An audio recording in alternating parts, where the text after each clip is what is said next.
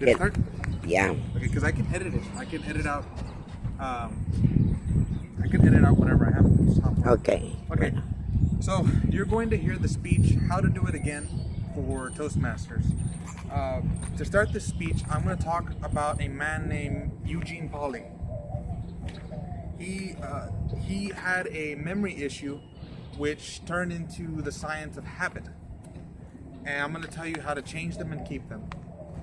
So Eugene Pauly lost his memory due to an infection that led to his brain, and he lost the center of his brain to deterioration from the infection.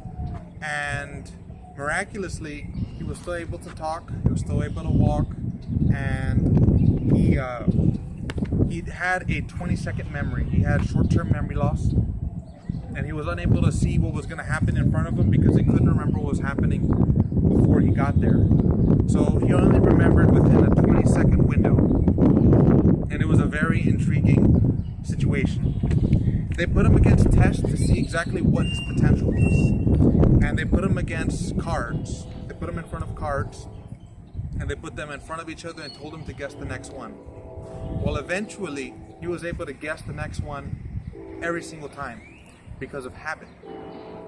He couldn't remember which card was which, but he could remember which one was coming next. Also, he did have his old long-term memory, so it was a very unique situation. He was able to cook, get up in the morning at the exact same time. He was able to exercise, jog around the same place, yet he didn't remember where he lived, how to get there, but he still had the power of habit. They found out that habit stuck in a different place than where was your long-term and short-term memory. Whereas some memory is based in the back of the brain, habits are based at the stem, right here, called the basal ganglia. And it is also known as unconscious memory or reactionary memory. So they did an experiment with rats, and it looked something like this.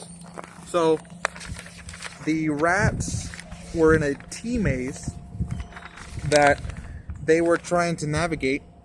They had a door that had a little click. At the click, it opened the door and the rat tried to get to the chocolate. And as the rat tried to get to the chocolate the first time, it couldn't. The rat took a very long time. It took about a minute. However, after each and every single time, it got faster and faster.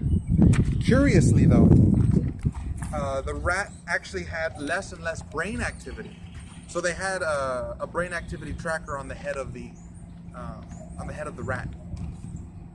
And a basic foundation of habits was formed from this experiment. It was known as the habit loop. The habit loop had a cue, routine, and reward loop.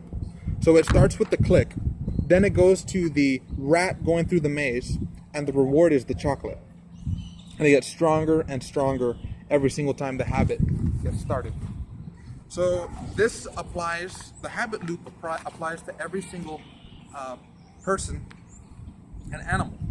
So it's a very good foundation for changing and making habits. There was a surprising result, though, after a longer period of time of having the habit. Eventually, the reward was stimulated in the mind before the routine.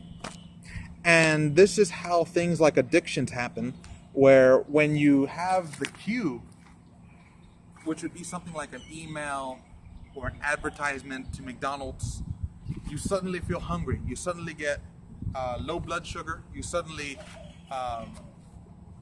get a craving, and you begin to imagine all these delicious foods. Addiction to drugs and things like that. Just imagining them, you get the reward. It's a call to action that can work against you or work for you. So there's a golden rule to habit change, and that is to change the routine, but keep the cue and reward. So when doing these things, when you wake up in the morning, do something different. What it takes to change the routine, though, is something called faith. And in various groups, both religious and secular, maybe others like Al-Anon, where they try to overcome alcoholism, they use faith as a way to overcome their previous routines. And it is a key part to breaking and making habits. Faith is very, very important. Another way to change habits and to stack them is with keystone habits, or something known as small wins. Small wins, like if you're a smoker, you stop smoking and all of a sudden your life gets a lot better once you quit. Or for a homeless man, taking a shower every day will open many doors, like having a job, different relationships, and different events that become much better with showering. So another one would be breakfast. If a person trying to become healthier eats breakfast, they can eventually get better and better with their health. So an example for the habit loop would be something like emails. You get a ding on your phone and you look at the email and you eventually respond to it and you get a reward from that response. Food addiction is another example of routines. You see the food, you eat the food, and you get the reward of the food. Sometimes you get hungry, that's a cue. Essays, over time, they get easier with habit because you've done it over and over, and it becomes easier and easier. So that's it for habits. You've heard the story of Eugene and the habit loop, the cue, routine, reward, and why people are addicted, how to keep a habit. I hope this helps you as much as it helped me.